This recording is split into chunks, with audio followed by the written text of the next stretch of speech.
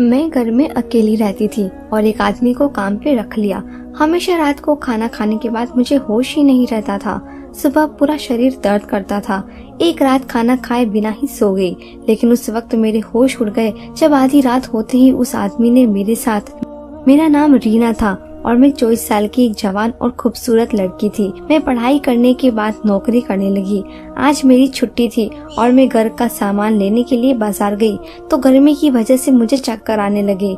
मैं एक हफ्ते का सामान खरीदकर घर वापस आ रही थी, तभी एक आदमी मुझसे टकरा गया। मुझे बहुत शर्मिंदगी का एहसास हुआ। मेरी वजह से उसे काफी जोर से चोट लगी थी। गर्मी की वजह से वो पसीना पसीना हो रहे थे। मैंने उस आदमी से माफी मांगी तो कहने लगे कि बहन जी, मुझे काम की जरूरत है। मैं पहले एक दुकान पर नौकरी करता था, लेकिन फिर वो दुकान बंद हो गई और मैं बेरोजगार हो गया। मैं हर दिन काम की तलाश में बाजार आता हूँ, लेकिन कोई मेरी उम्र देखकर मुझे काम नहीं देता। मैं बहुत ही बुरी हालत में जिंदगी गुजार कर रहा हूँ। आप मुझ पर थोड़ी सी मेहरबानी कर दीजिए। आप जो भी काम कहेंगी मैं कर दूंगा। उस आदमी ने जबरदस्ती मेरे हाथ से सामान की थैलियां पकड़ ली और कहने लगा, बहन जी, मैं आपको आपकी गाड़ी तक छोड़ आता हूँ, आप मुझे कुछ पैसे दे दीजिएगा। उस आदमी की हालत देखकर मुझे उस पर बहुत रहम आया और मेरे पापा की उम्र के थे। मुझे उनके चेहरे से अपने पापा की याद आने लगी। वह आदमी बहुत अच्छे से बात कर रहा था और किसी अच्छे घर से लग रहा थे। हालात ने उन्हें इस स्टेज पे पहुंचा दिया था कि वो मुझसे नौकरी मांगने पर मजबूर हो गए। मैंने कहा, बाबा जी ठीक है, मैं आपको अपने घर के कामकाज के लिए रख लेती हूँ। मुझे एक ऐसे इंसान की जरूरत है जो मेरे घर का सामान लाए और छोटे बड़े काम कर दे। अगर आपको कोई एतराज ना हो तो आप मेरे साथ चलें। मेरी बात सुनकर उस आदमी के चेहरे पर मुस्कुराहट आ गई। मैंने बाबा जी से उसका घर पूछा तो बाबा जी ने बताया कि वो दूसरे शहर से यहाँ नौकरी करके ले आए हैं और अपनी बेटी की शादी के लिए मेहनत कर रहे हैं। हर बाप की तरह वो भी अपनी बेटी को दुनिया भर की खुशियाँ देना चाहते हैं। उनकी बात सुनकर मेरी आंखों में आंसू आने लगे। गुजरे हुए कुछ पल मेरी आंखों के सामने आ गए थे और मेरी आंखों से आंसू आ गए। मैंने बाबा जी को तसल्ली दी, आप परेशान न हो, सब कुछ ठीक हो जाएगा। घर आकर मैंने बाबा जी को घर के थोड़े बहुत काम समझाए। मैं बाबा जी से सफाई का काम करवाना भी चाहती थी। मेरा घर तो ज्यादा गंदा नहीं होता था, लेकिन मेरे पास सफाई करने के लिए वक्त नहीं था। बाबा जी ने मुझे बताया कि वो बहुत अच्छा खाना भी बना लेते हैं और वो अपनी खुशी से मेरे लिए खाना भी बना दिया करते थे। मैं खुद एक नौकरी करने वाली औरत थी, इसलिए मैंने बाबा जी से कहा कि अब आप घर की सारी जिम्मेदारियां संभालें। मैं आपको बहुत अच्छी तनख्वाह दूंगी। मेरे पास पैसे की कोई कमी नहीं थी, लेकिन मैं अकेले जिंदगी गुजार रही थी और नौकरी के साथ साथ घर की देखभाल करते करते मैं बहुत थक जाया करती थी। इसलिए मैंने बाबा जी को खुशी खुशी रख लिया था, क्योंकि वो मुझे बहुत ही भले इंसान लगे थे। बाबा जी को मैंने घर में एक कमरा दे दिया। मैं इतने बड़े घर में अकेली रहती थी। बहुत साल पहले मैं अपने माँ बाप को छोड़कर अलग हो गई थी। मुझे घर की चार दीवारी और रस्मों रिवाज बिल्कुल पसंद नहीं थे। मेरे पापा ने मुझे बहुत ज्यादा पढ़ाया था, लेकिन वो मेरी नौकरी के खिलाफ थे और वो चाहते थे कि मैं पढ़ाई पूरी करते ही उनके भांजे से शादी कर लूं। पापा ने मुझसे 3 बड़ी बहनों के साथ भी यही किया था। उनको भी पढ़ाई पूरी होते ही शादी कर दी थी और नौकरी के लिए मना कर दिया था। मैं अपनी जिंदगी में ये सब नहीं चाहती थी। मेरा इतनी जल्दी शादी करने का कोई इरादा नहीं था। मैं अपने पैरों पर खड़ी होना चाहती थी। मेरे पापा ने मुझसे कहा कि जब तुम दुनिया की रंगीनियों से थक जाओगी तो तुम्हें अपने पापा की एक एक बात याद आएगी, कि शायद पापा ने बिल्कुल ठीक ही कहा था। अब मुझे अक्सर पापा की बहुत याद आया करती थी। जब भी मैं थकी हारी जॉब से लौटकर घर आती तो मुझे घर अपनी मम्मी पापा की याद दिलाता था। मेरे मम्मी पापा ने मेरी बहनों को पलकों पे बिठा के रखा था और मैंने कभी घर का कामकाज नहीं किया था।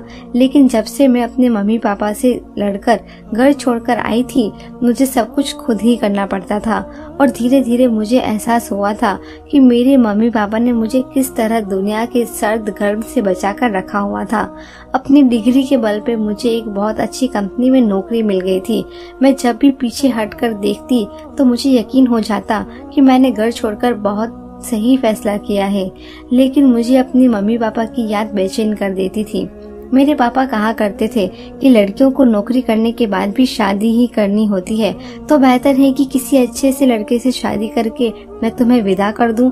लेकिन मेरा मानना था कि मुझे अपने पैरों पर खड़े होना चाहिए और अपनी मेहनत से जिंदगी में कुछ हासिल करना चाहिए। मैं इतनी जल्दी शादी नहीं करना चाहती थी। घर छोड़ने के बाद मैंने अपने सारे सपने को पूरा कर लिया था। मैं सारा वक्त अकेले घर के कामों में उलझी रहती और मुझे आराम का भी वक्त नहीं मिलता था। कभी कभी तो मैं थककर इस कदर चूर हो जाती कि रात को खाना खाए बगैर ही बिस्तर पर गिर जाती। बाबा जी को रखने के बाद मैं घर की तरफ बिल्कुल बेफिक्र हो गई थी, क्योंकि बाबा जी ने 2 ही दिनों में घर की पूरी जिम्मेदारी समझ ली थी और वो पूरी ईमानदारी और लगन से घर के काम कर रहे थे। मैंने उन्हें सफाई के लिए रखा था, लेकिन उन्होंने खुद ही बावर्ची खाने की जिम्मेदारी भी उठा ली थी। बाबा जी खाना बहुत अच्छा बनाते थे। अपने हमेशा रात को खाना खाते घर आने लगी, वरना मैं ज्यादातर रात का खाना बाहर से ही मंगवा लिया करती थी या फिर भूखे ही सो जाती थी। रात का खाना खाते ही अब मुझे ऐसी नींद आती कि मैं बिस्तर पर लेटते ही सो जाती और फिर सुबह सवेरे ही मेरी आंख खुलती। बाबा जी के आने से मैं अपनी नींद को लेकर बहुत ही ज्यादा परेशान थी, क्योंकि मुझे पहले सारी रात बिस्तर पर लेटे रहने के बाद नींद नहीं आती थी।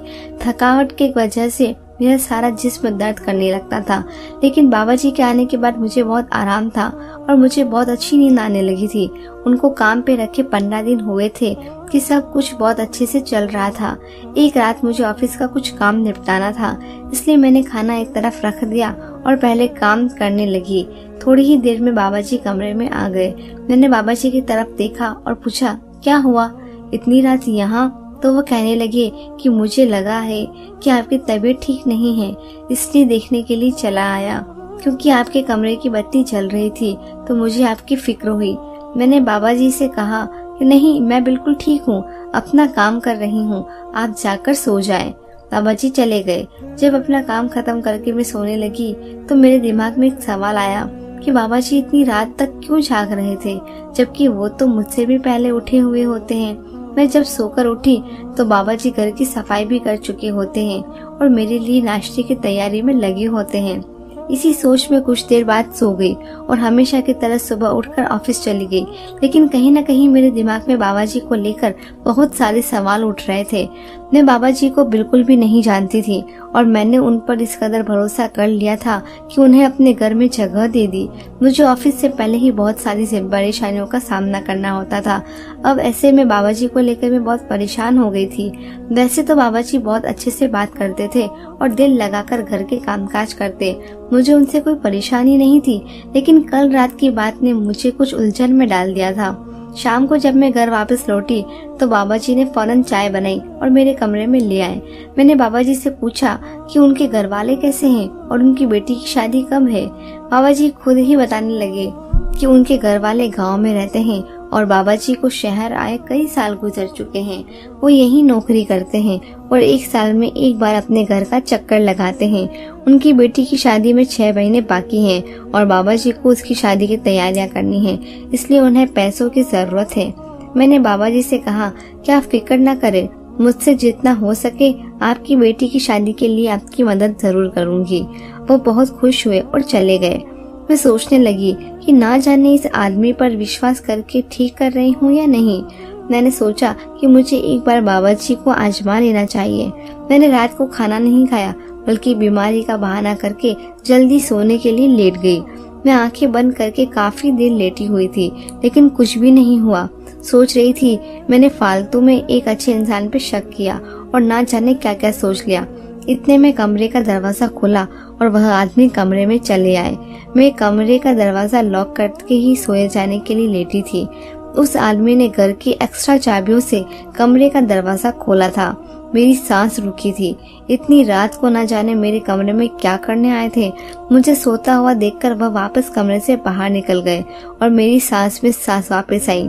लेकिन उस वक्त मेरे कदमों तले से जमीन निकल गई जब उस आदमी के पीछे एक ऐसा इंसान कमरे में आया जिसे मैं बहुत अच्छी तरह पहचानती थी और मुझे यकीन नहीं आ रहा था कि वो इंसान आधी रात को मेरे घर में मौजूद हो सकता है।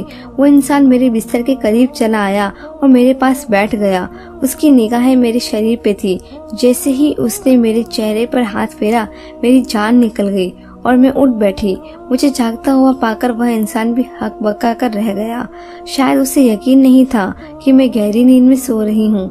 मैं फौरन ही कमरे की सारी लाइटें जला दी और शोर मचा दिया। बाबा जी मेरी आवाज पर फौरन कमरे में चले आए। मैं गुस्से से बाबा जी की तरफ देख रही थी और वो नजरें झुकाए खड़े थे। मैंने आगे बढ़कर उस इंसान का कॉलर पकड़ लिया। उससे सवाल किया कि वो रात के इस वक्त मेरे घर में क्या कर रहा है, जबकि मैं अच्छी तरह जानती थी कि वो इंसान मेरे कमरे में क्यों आया है। जब मैं अपना घर छोड़कर नौकरी के लिए निकलती तो मुझे अंदाजा हुआ कि दुनिया में अच्छे लोगों के साथ साथ बहुत से बुरे लोग भी मौजूद हैं जो आपके लिए मुश्किल खड़ा कर देते हैं, खासकर उस वक्त जब आपके सिर पे बाप या भाई का साया ना हो। मेरी नौकरी एक बहुत बड़ी कंपनी में तो लग गई थी, लेकिन वहाँ का मैनेजर जो मेरा बॉस था मेरे लिए एक मुसीबत साबित हुआ था। मैं जवान होने के साथ साथ बहुत ज्यादा खूबसूरत भी थी और यही बात मेरे लिए परेशानी बन गई। उसकी गंदी नजरें हर वक्त मेरी तरफ जमी रहती। वो मैनेजर मेरी खूबसूरती पर पूरी तरह दीवाना हो गया था और उसने ऑफिस में मेरा काम करना मुश्किल कर दिया था। वो बहाने बहाने से मुझे अपने कमरे में बुलाता और मेरे करीब आने की कोशिश करता। मैं जितना उससे बचने की कोशिश करती वह जानबूझकर उतना ही मुझे तंग करता। जब मैं उसके कमरे में ना जाती तो वो खुद मेरे केबिन में चला आता और मुझसे इस तरह की बातें करता कि मैं शर्म से पानी पानी हो जाती। मैं जानती थी कि उसकी नीयत गलत है। एक दिन वो मुझसे कहने लगा कि वो मुझे बहुत अच्छी प्रमोशन दिलवाएगा अगर मैं उसकी ख्वाहिश को पूरा कर दूंगी। मुझे अच्छी तरह मालूम था कि उसकी ख्वाहिश क्या होगी, इसलिए मैंने एक जोरदार थप्पड़ उसके चेहरे पे मार दिया। मैं सोच भी नहीं सकती थी कि वो इतनी बड़ी कंपनी में काम करने वाला मैनेजर इतनी घटिया सोच का मालिक होगा। मैं उसकी बेटी की उम्र की थी, लेकिन उसे फिर भी मेरे साथ इतनी घटिया बात करते हुए कोई शर्म महसूस न हुई। जैसे ही मैंने उसके मुंह पर थप्पड़ मारा, ऑफिस में एक हंगामा खड़ा हो गया और बात ऊपर तक चली आई। मैंने अपनी सफाई में कुछ कहने की कोशिश ही नहीं की, जबकि मैनेजर ने मेरे खिलाफ बता दिया और कहा कि मैं उससे प्रमोशन मांग रही थी और जब मैंने उससे प्रमोशन देने से इनकार किया तो मुझे बदनाम करने के लिए यह खेल रचाई है। मैं उसकी झूठ पर दंग रह गई। वो बहुत पुराना नौकर था। मेरी कंपनी ने मुझसे बहुत ज्यादा उस पर भरोसा किया और मेरे खिलाफ नोटिस भेज दिया। उस दिन के बाद बहुत ही ज्यादा मोहताज हो गई। मैं उस मैनेजर से दूर रहती थी। कोई काम भी होता तभी उसके कमरे में ना जाती और नौकरों से अपना काम पूरा करवाती। मैं बहुत साल से उसे नजरअंदाज कर रही थी क्योंकि मेरे लिए यह नौकरी बहुत अहम थी, लेकिन मैं नहीं जानती थी कि उस मैनेजर ने मेरा पीछा अभी तक नहीं छोड़ा है, बल्कि वो तो अपनी बेइज्जती का बदला लेना चाहता है। आधी रात को अपने कमरे में अपने मैनेजर को देखकर मेरी जान निकल गई थी। वो इस कदर बेशर्म निकला था कि उसने आधी रात को मेरे घर आ गया। जब मैंने मैनेजर का कॉलर पकड़ा, वो कहने लगा कि मैंने जिस तरह उसे पूरी कंपनी के सामने बेइज्जत किया है, वो मुझसे इस बात का पूरी तरह बदला लेना चाहता है। मैनेजर को बहुत अच्छी तरह मालूम था कि मैं घर में अकेली रहती हूँ। उसने मेरे बारे में सब कुछ मालूम कर लिया था कि घर में कामकाज करने के लिए नौकर को रखना चाहती हूँ और उसने जानबूझकर अपने नौकर को मेरे रास्ते में भेजा और मेरे घर तक पहुँच गया। वो आदमी जो मेरे घर नौकरी कर रहा था वो मेरे मैनेजर का नौकर था और उसके कहने पर ही मेरे घर आया था। थोड़े दिनों में ही उस आदमी ने मेरे घर की एक बात मैनेजर को बता दी। वो जान गया था कि वो बहुत आसानी से मेरे कमरे तक आ सकता है। मैनेजर मेरे साथ अपनी ख्वाहिश का निशाना बनाना चाहता था ताकि वह मुझे सारी जिंदगी ब्लैकमेल करके अपने बिस्तर पर ले जा सके, लेकिन इससे पहले कि उसकी सारी हकीकत मेरे सामने खुल गई थी। मैनेजर एक 50 साल का शादीशुदा और 5 बच्चों का बाप था। बस वो मुझे बेइज्जत करना चाहता था क्योंकि मेरे सिर पे बाप का साया नहीं था और इसीलिए उसने मुझे अच्छे से इस्तेमाल किया। आज मुझे एहसास हो रहा था कि मेरे पापा ठीक ही कहा करते थे कि बेटियां अपने घर की 4 दीवारी में ही सुरक्षित होती है। मैंने बाबा की तरफ गुस्से से देखा और उनसे कहा कि आप तो मेरे बाप की जगह थे। मैंने आप पे इतना भरोसा किया कि आपकी मजबूरी सुनकर आपको अपने घर ले आई, आपसे अपनी बेटी की शादी में मदद करने का वादा किया, लेकिन उसके बाद भी आपने मेरे साथ इतना बड़ा धोखा किया। उस आदमी ने शर्मिंदगी से नजरें झुका ली। कहने लगा वो अपने मालिक के आज्ञा के आगे मजबूर हो गए थे। उनके मालिक ने उनसे कहा था अगर वो मालिक का यह काम करेगा तो वो मालिक उसकी बेटी की धूमधाम से शादी करवा देगा और वो अपनी बेटी को दुनिया की हर खुशी देना चाहता था, इसलिए वो उसकी बात मान गया। लेकिन आज उससे एहसास हो रहा है कि अपनी बेटी की खुशियों के लिए उन्होंने किसी और की बेटी की इज्जत पर दाग लगा दिया है। मैनेजर अभी तक मेरी कोई फोटो नहीं खींचा था, इसलिए मैंने फौरन पुलिस को फोन करके बुलाया और उससे पुलिस के हवाले कर दिया और उस आदमी ने मुझसे माफी मांग ली थी। उन्हें अपनी गलती पर पछतावा था। वक्त पर वो अपने मालिक की बातों में आ गया था, लेकिन वो दिल से एक अच्छा इंसान था। मैनेजर की गिरफ्तारी की खबर जब कंपनी में पहुंची तो उसे नौकरी से निकाल दिया गया और उस आदमी को मैंने अपने ही घर में नौकरी दे दी। मैं अपने मम्मी पापा से पहली बार मिलने के लिए अपने घर जा रही थी। मैं उनसे मिलने के लिए बहुत बेचैन थी। मैं उनसे माफी मांगना चाहती थी क्योंकि अब मुझे अच्छी तरह समझ में आ गया था कि मैं कितनी गलत थी। पहले मुझे अपने मम्मी पापा की बातें बहुत ही बुरी लगा करती थी, लेकिन अब मुझे पता चल गया था कि कहीं न कहीं वो मुझसे ज्यादा जमाने की खबर रखते हैं। जब मैं अपने घर पहुंची तो मेरे मम्मी पापा मुझे देख के बहुत खुश हुए और मेरे पापा ने सब कुछ भुलाकर मुझे अपने गले से लगा लिया। मैंने पापा को बताया था कि मैं बहुत ही अच्छी नौकरी कर रही हूँ और अब मैं शादी करना चाहती हूँ। मेरी बात सुनकर पापा मुस्कुरा उठे और कहने लगे कि तुम्हें जो भी लड़का पसंद आए हम तुम्हारी शादी उससे करवा देंगे। मैंने पापा से कहा कि मुझे सिर्फ नौकरी करने की ख्वाहिश थी, मैं किसी को पसंद नहीं करती और अब आप जिससे कहेंगे मैं उससे शादी कर लूंगी। पापा ने अपने पसंद से मेरी शादी एक ऐसे लड़के से करवा दी जिससे मेरी नौकरी पे कोई एतराज नहीं था। मुझे समझ आ गया था कि जिस औरत के सर पर किसी मर्द का साया नहीं होता, जमाना उसे नोचने के लिए तैयार रहता है। इंसान शादी के बाद भी अपनी ख्वाहिश पूरी कर सकता है और मैं भी नौकरी करके अपनी ख्वाहिश पूरी कर रही थी। और पापा सच कहा करते थे कि औरत को बिना जरूरत नौकरी नहीं करनी चाहिए। आप भी कमेंट करके जरूर बताइए कि औरत की नौकरी को लेकर आपकी क्या राय है।